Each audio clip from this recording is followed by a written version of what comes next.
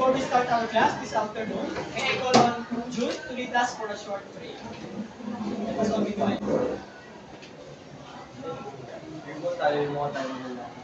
Diyos God, Panginoon, maraming salamat po sa pagpapalala sa amin ito, lalo na po ngayong hapon na kami nagkatipon dito muli sa paralan upang matuto kami.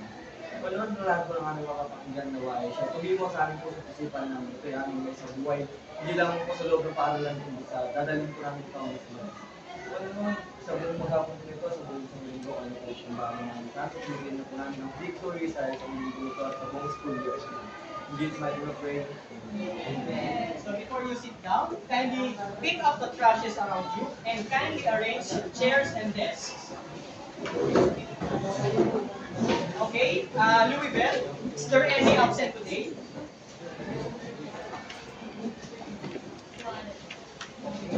Sad to say Warren cannot attend our class today. But beyond that, I am grateful to have you this afternoon. So, in our last discussion, we tackled about the roles, the functions, and competencies of a social worker. Can you give at least one roles of a social worker? Anyone? Yes, Bea? So, why a social worker must be an educator?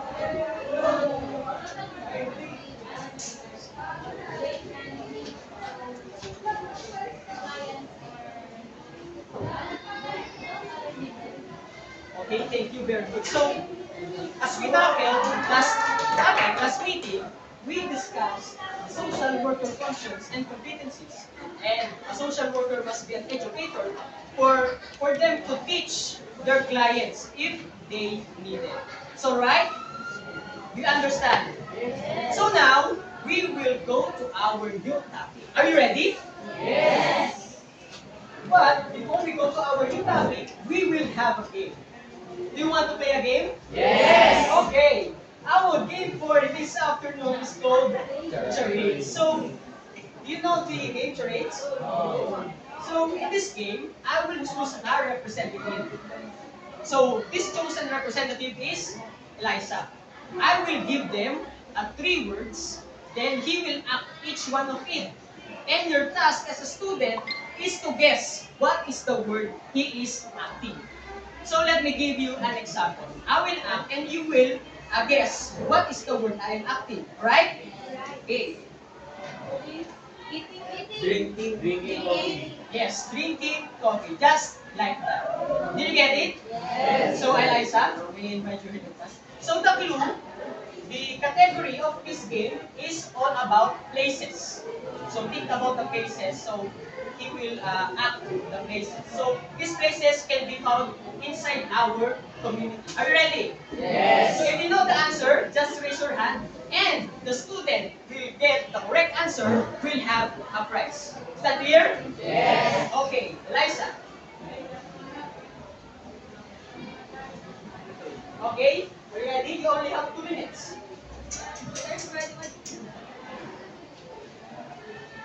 Okay. Hey.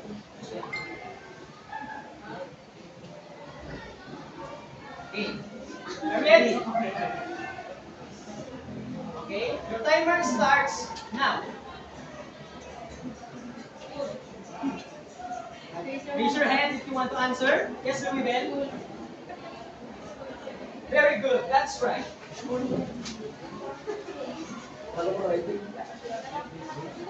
Another one.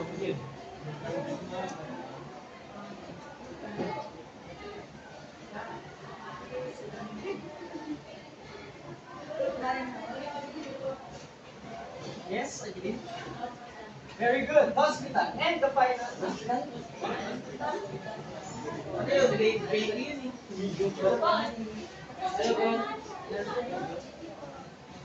Final.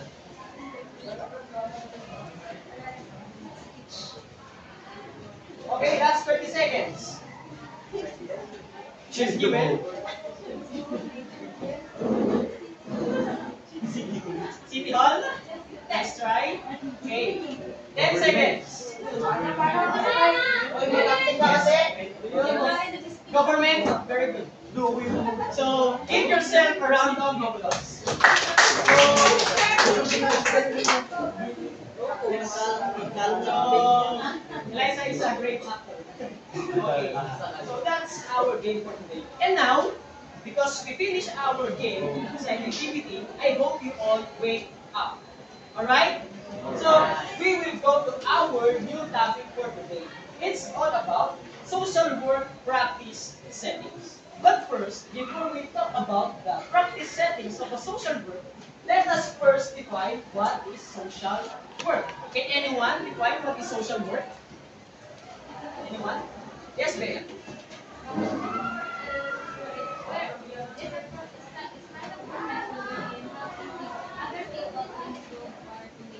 Okay, very good. Social worker is a crucial part in our community because they help the people in need in terms of social needs. So, because we tackle the social work, now we will now tackle the practice settings of a social work. So, I have here some questions and you will just answer them. So, where did you take your classes as a student? School. Very good. Where did farmers work? Farm or the field. So, where did doctors work? Hospital. Very good. So, if you students takes classes inside the classroom, if the farmers work in the field, and if the doctors work at the hospital, what is the definition of practice setting? Anyone? Okay, they are it.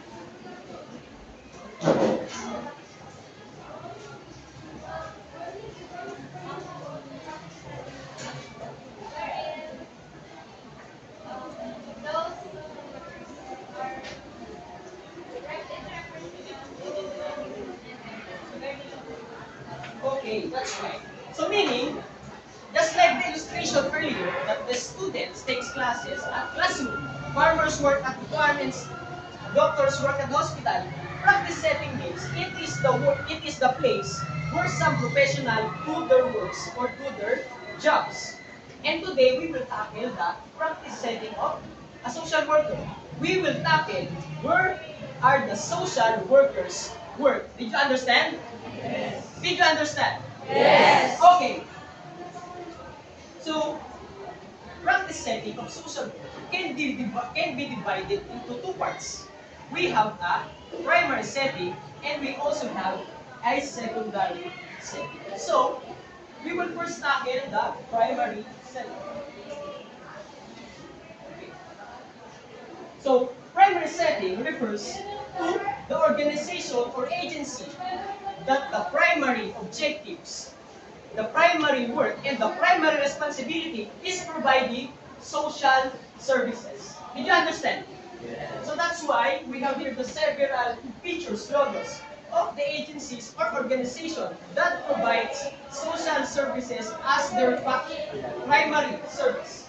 So here in primary settings, this is divided into three. We have government, private sector, and NGO. So let us first tackle the government under the primary setting. So, what is the government agency that the main function is to provide social services? Anyone? Can you raise a hand? Yes? What is the meaning of PSWD?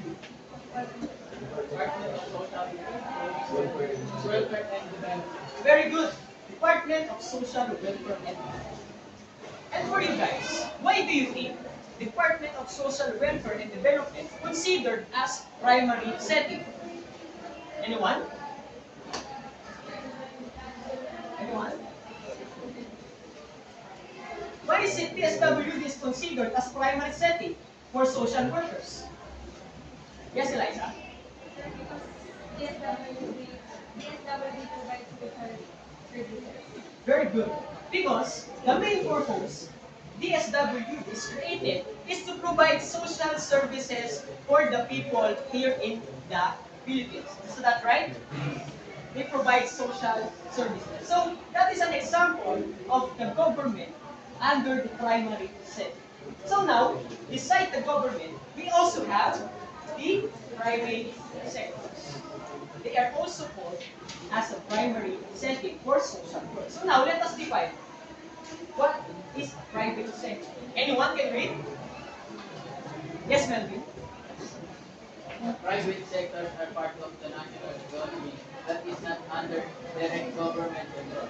So based on the definition, can you define what is the private sector? Yes, Louis Bell? Private sectors are groups or companies not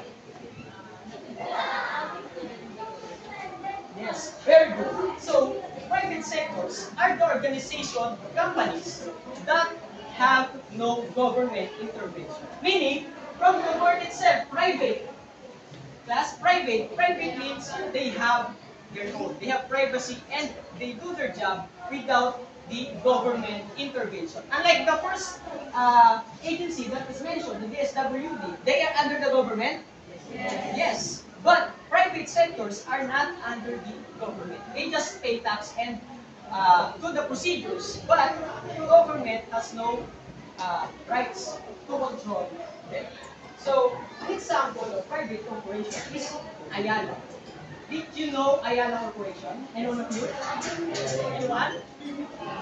So, because Ayala is more on the NCR, so Ayala Corporation is they are known for several businesses, including real estates, telecommunications, and some other businesses. So, Ayala Corporation is one of the large company here at the Philippines. With SM, you know SM? NRC, and San Miguel Corporation by Mr. Ang, and MVP, Manny Pangilinan Corporation. So, they are all the same private sector. So, what does private sectors provide to the people? Anyone? Yes? Yes, very good. Private sectors provide work to the people. Is it right? Yes. Why? Why do you think so private sectors can provide job to the people? Yes, Joseph? Why?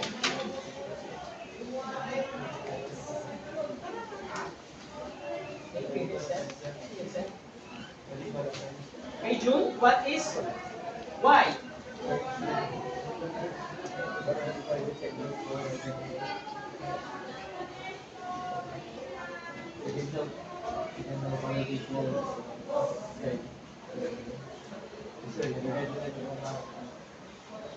Okay, so private sectors not just provide work for the people, but they provide businesses, opportunities, and entertainment for us. So, do you ever go to the mall? Yes. Is it relaxing to go to the mall? Yes. So, they provide the mall to us. So, but besides doing businesses, this company also provide scholarship. So, did you ever heard about SM scholarships? The Gokong Way Foundation scholarships. All those big companies provide scholarship. So if you're interested, you can search about this. So beside their businesses, they are famous to their businesses. They also provide livelihood, scholarship, and works for the Philippines. Example of this is the Iraya Mangyan community at Puerto Galera. Okay, Ayala Corporation help those people, specifically indigenous people, to promote their product. So, you see the screen, their handicraft. The vase, the plate, and those handicrafts they make. Ayala helped them to produce those products. And since 1989, they helped 122 Nito weavers. So the Nito is the wood that is made, that is raw material to make that plate and this way. So Nito to weavers. And they have sold 5.3 million pesos of products for the Iraya Mangyan, indigenous people at Puerto Galera. Is it helpful? Yes. They help people that are in need of livelihood. So do you think, is it a work of social worker helping people in needs? Yes. So meaning, this private sector also provide social services for the people. Now, I have a question for you. Why do you think Ayala Corporation is considered as a primary setting for social work? Anyone? Anyone? Based on the explanation given to us. Anyone? Yes, Louis Bell? As I said earlier, they have to do which our social. Yes, very good. Give Louis Bell a round of applause. Okay. Besides doing business, Ayala Corporation and some other corporations have specified departments to provide social needs for the people. That's why, as I said earlier, they have give scholarship, livelihood, and work for the people. And now let's move on to the last part of private setting, which is the non-government organization. So, what is a non-government organization? Anyone can read? Yes, Angeline, can you read?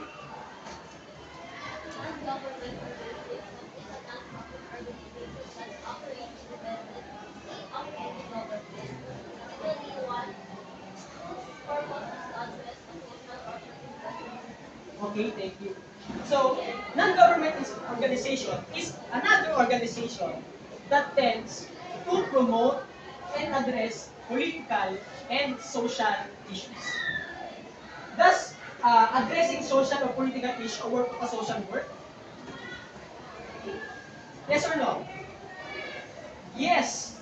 Social workers will address social and political issue in our community. And non-government organization is a group of people gathering around and collecting resources to give to the one. Like for example, in the Cebu, the tragedy in Cebu, the earthquake, many non-government organizations put their resources to help to those people who are in need. Okay, another example of non-government organization is the Plan International organization. So, this organization is created in 1937. Created after the Spanish War. So, their target that time, their responsibility and their objectives is to help children. They help children who are affected by the war. So imagine the war, it affects many people. And they see the children who have no family, they don't have parents, the international help them. But later, onwards, in our current even situation, they tend to help those children who are affected of social violence or any form of violence. So it means if a children is a victim of sexual harassment, violence, domestic violence, Plan International help those people, those children, to have a better life. Do you understand? Yes. Do you understand? Yes. So, I have a question. What is the importance of NGOs and private sectors in our community? You can raise your hand. Anyone? Anyone? Based on the explanation earlier, what do you think is the importance of NGO and private sectors in our community? Yes, Jewel?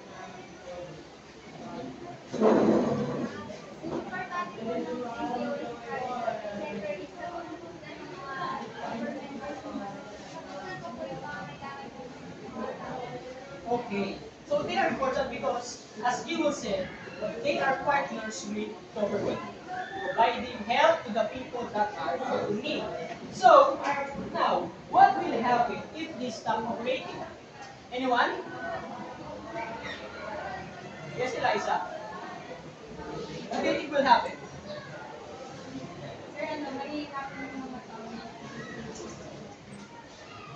Okay, that's right. Because government alone cannot provide our needs. Is that right? So that's why we need those private sectors and NGOs to partner with the government to provide what the people need inside our community, especially in the tourist season. We experience a lot of earthquakes, right? A lot of typhoons. So that's why the NGOs, the private sectors, and the government must partner together to resolve the problem in our country. So now, because we tackled already the primary setting, we will have a quiz. Okay, but this time, this is a group quiz. Are you ready?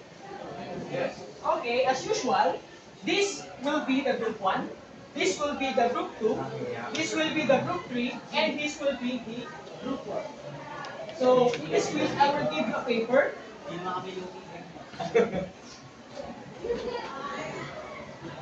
So, you can now go circle around with your group mates and write the last name of your group members.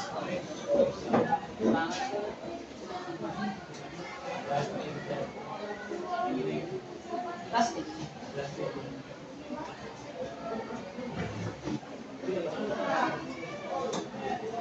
Please write the last name of your group mates.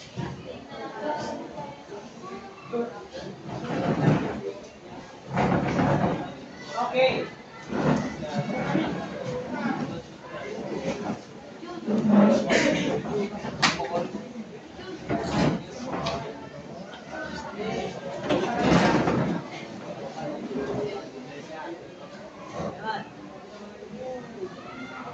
Okay.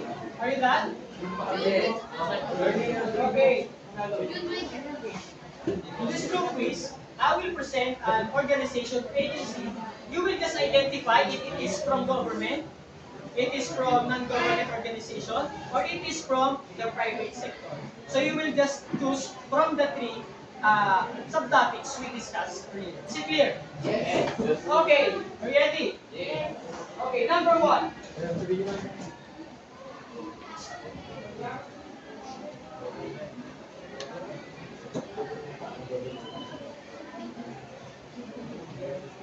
You will just choose from government, private sector, or non-government organization.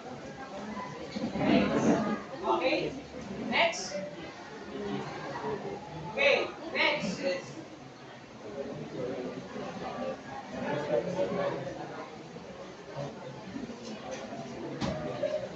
Okay? Next. We're finished. Yes.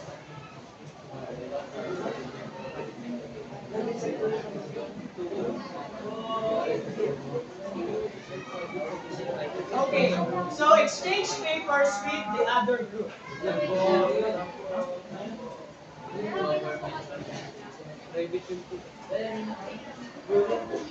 Are you finished? Okay, now you can exchange your paper.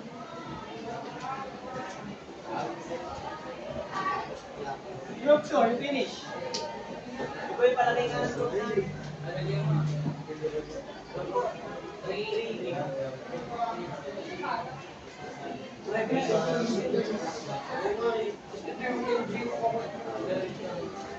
Okay, 10 seconds. Okay,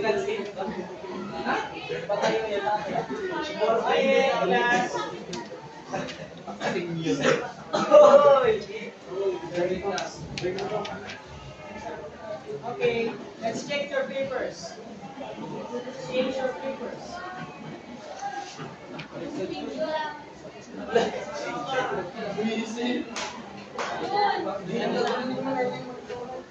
Okay, what is the answer for number 1? Okay, put a check if it is right and next.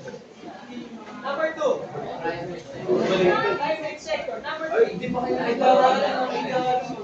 Okay, so you can now go back to your proper seat and pass forward your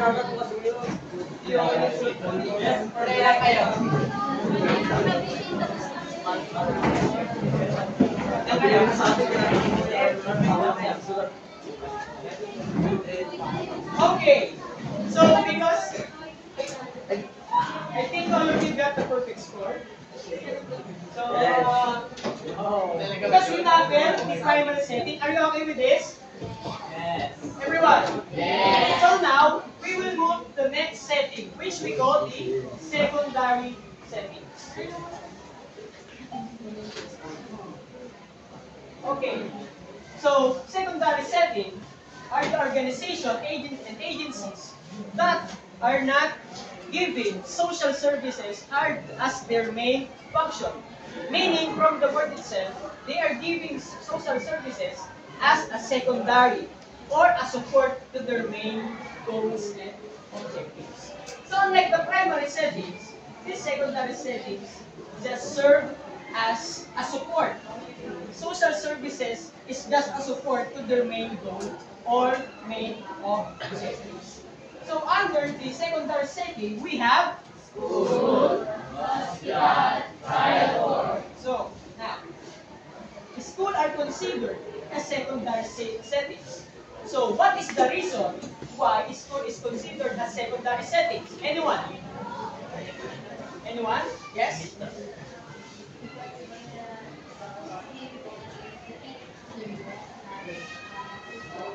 Okay, very good. Because school are giving us knowledge, learnings, and we have to study in school. And they are not providing social services as their main goal and objectives. Do you understand? Yes. Next. So hospitals are considered secondary settings. So why do you think hospitals are a secondary settings? Anyone? Anyone? Yes, Bea? Why do you think hospital is considered a secondary setting?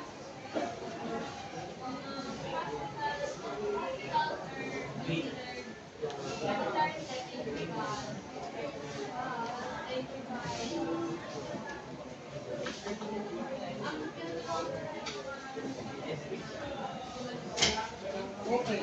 So, hospitals are set to help the sick or the cure illnesses, but they are not supposed to serve social services as their primary goal and objectives. Do you understand? Yes. So, now, the last one is trial court. So, trial courts are considered as secondary settings. Why? Because the trial they're supposed to solve the case na Okay, very good. So, trial courts are there to arrange things, right? But in the court settings, did you know that social workers has a big part in a trial court? Especially if a social worker experience a family problem. Do you understand? Like for example, a social worker handles a problem that has a family that has a problem. So, and if it is get worse, they will go to the court. And the judge will ask the social worker what happened to the family. So, the trial court provide social services, not their main goal, but just a secondary. So, okay, did you understand the meaning of secondary setting? Yes. Did you understand the meaning of primary setting? Yes. So now, we will have another short activity. So now, go back to your group and make a circle. Okay, hurry.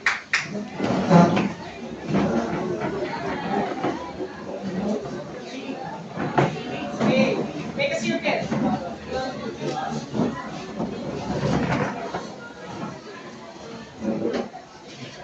Okay.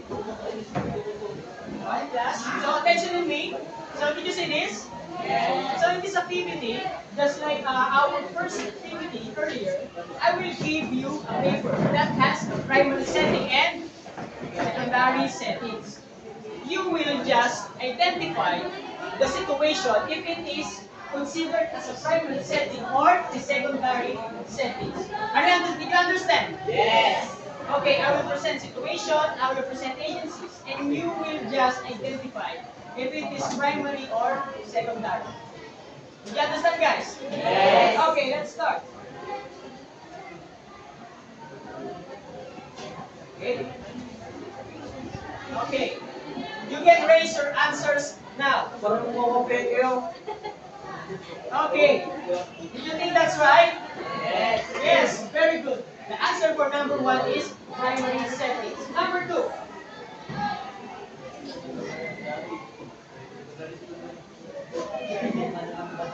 Okay, that is in secondary settings. Number 3.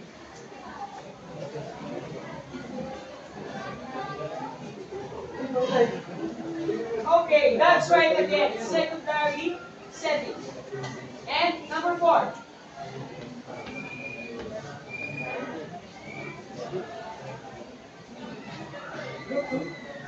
Okay, very good. That is a primary setting. And the last one. Okay, that is a primary setting. So give yourself a round of applause. Okay, hope you understand our topic for today. So now we will have another activity in order to measure your knowledge about our topic today. Are you ready? Yes. Our activity is called Venn diagram.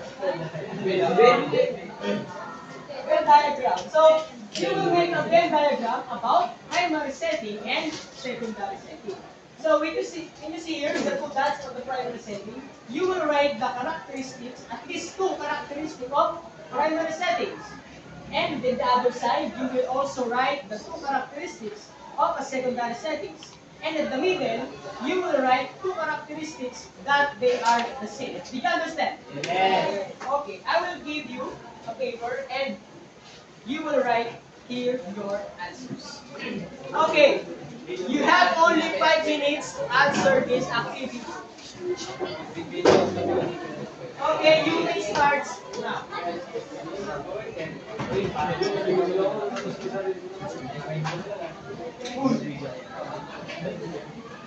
Okay. Oh, tingin lang. Ay, yan. Pag-plastic ko mali. Kaya. Na. Ito.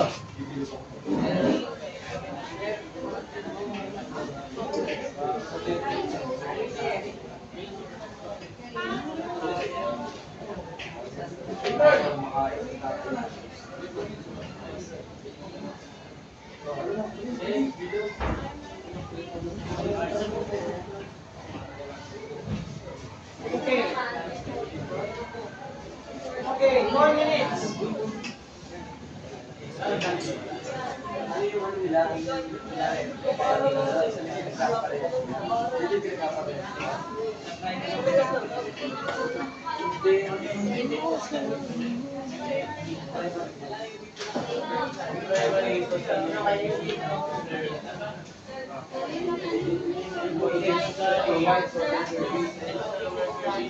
Okay.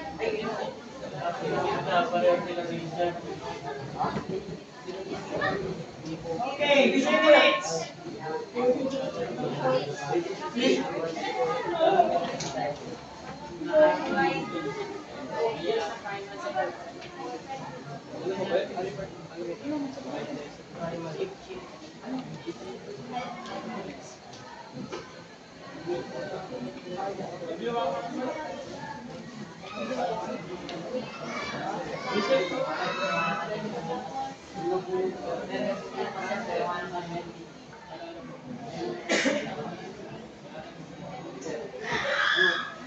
Okay.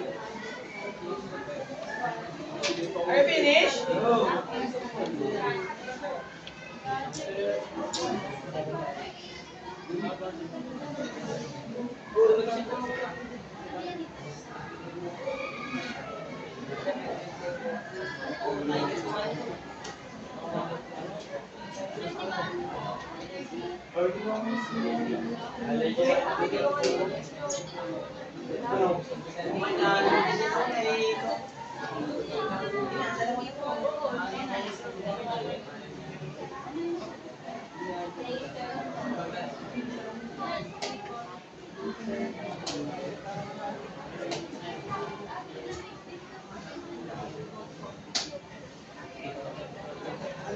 Okay, last 2 minutes. 5 na lecture hours.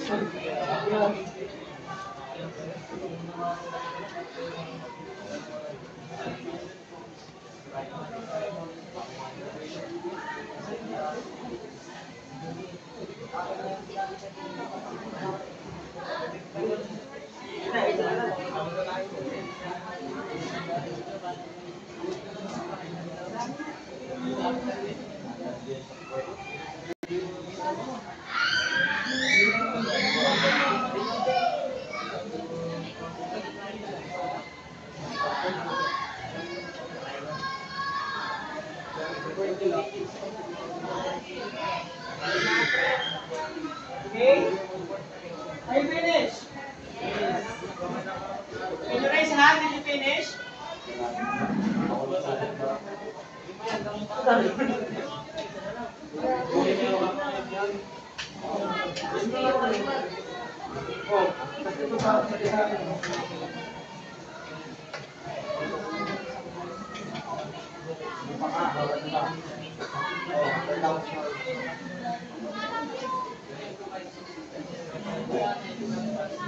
Okay, last 1 minute. Finalize your answers.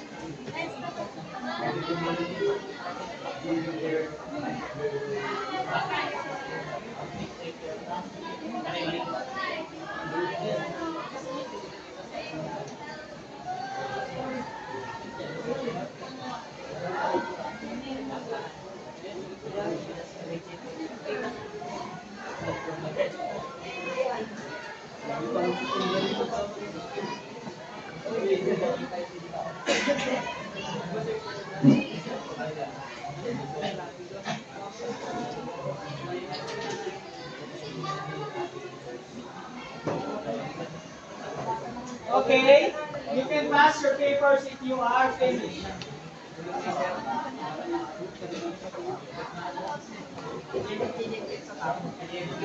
Arrange your chairs properly.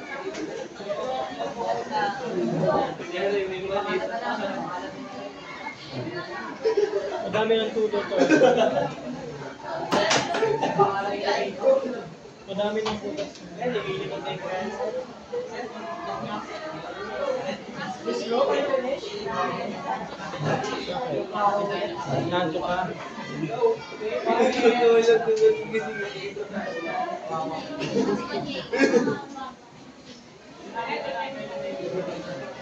Oh yeah.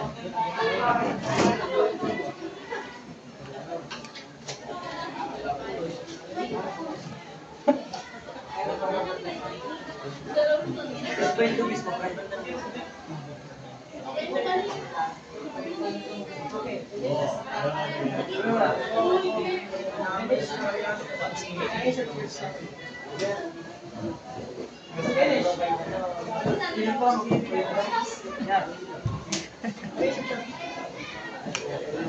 Okay.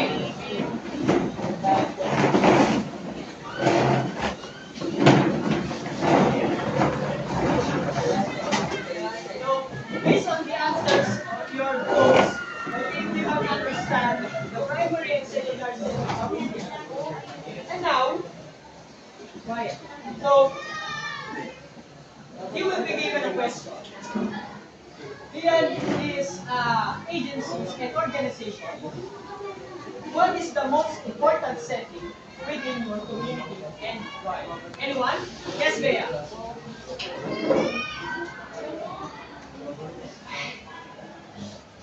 Both settings are important. But primary setting will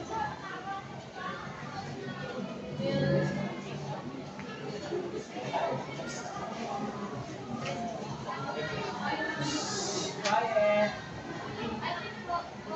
both setting are Okay, both settings are important. So, the question is, if you have to choose just one, what it is and why? Yes, Louis. third or secondary setting. Why? Because good school where you can learn the real value of nature work, and by that you can help. Okay, very good.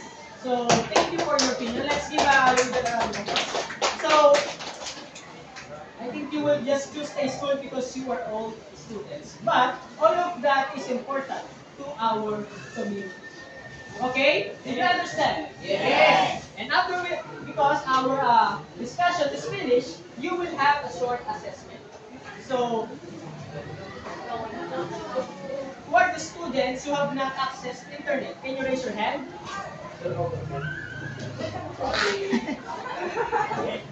Okay. Okay, give I prepared. Okay, for those who have access to the internet, you can answer through Google Forms. But if you don't have, you can answer through this page. Ano na lang sa...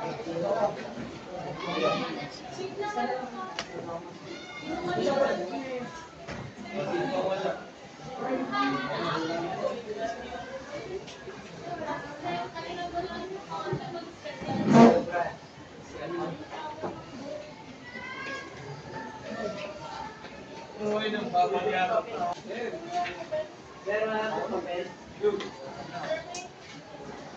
Tinatawag ko na dito eh.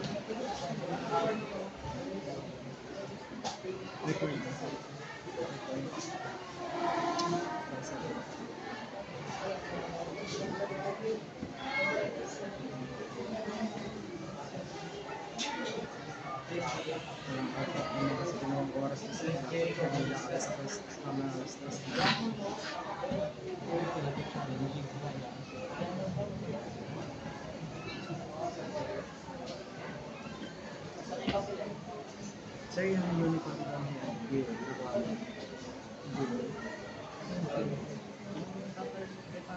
Di ba siya pinalitan na conference?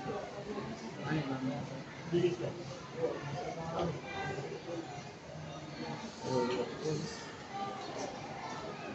Uy. Leo. Leon siya. Leoncho. Leoncho. Pag-atalaya yun yun.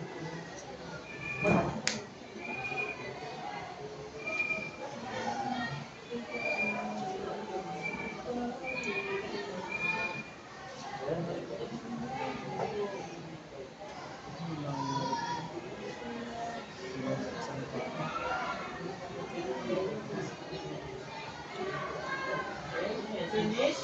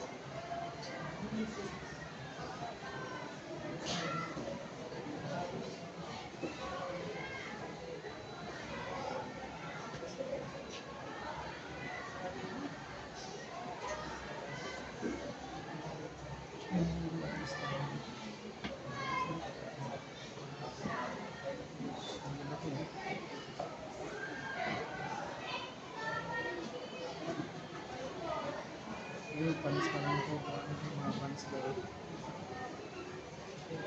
Kung yung panis na sa uniform. Ayan, finish. Wala ko pa rin. Doon siya rin. Ano?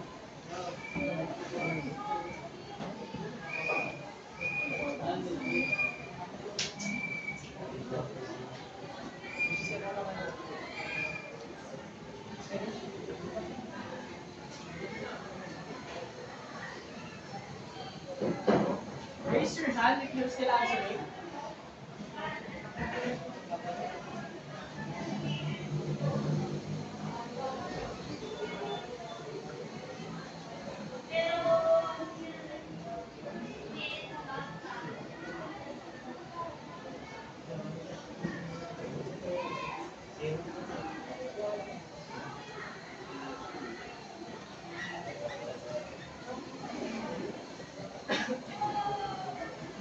Okay, finish. Hindi pa po.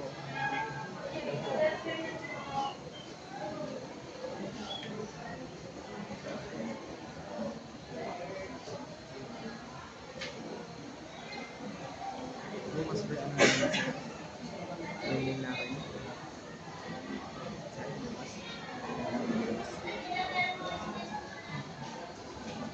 Okay, last 5 minutes. Finish your paper. If you are already finished, keep quiet.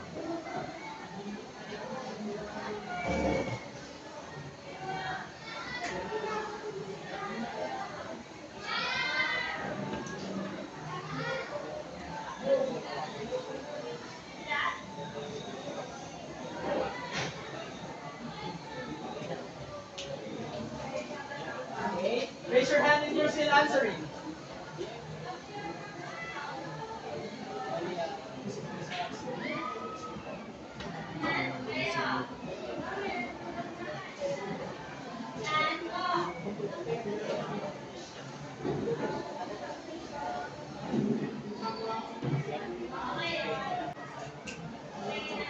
Finish.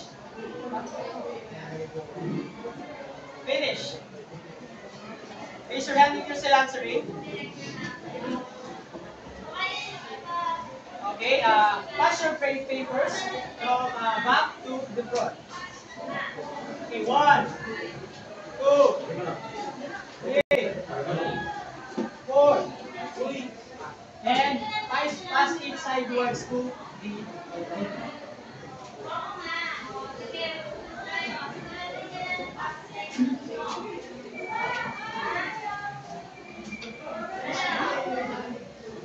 Okay, for your assignment, kindly take a picture of this lesson assignment and send it to your group.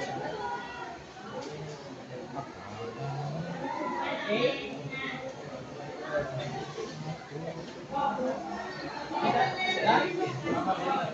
Okay, that's all for today. Goodbye, class.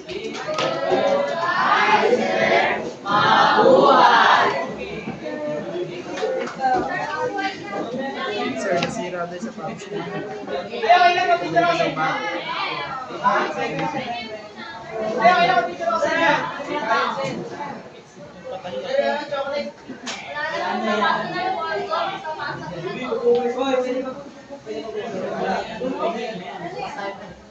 Ay, sir, naka-play na rin. Wala, hindi na play. Ay, hindi naka-play.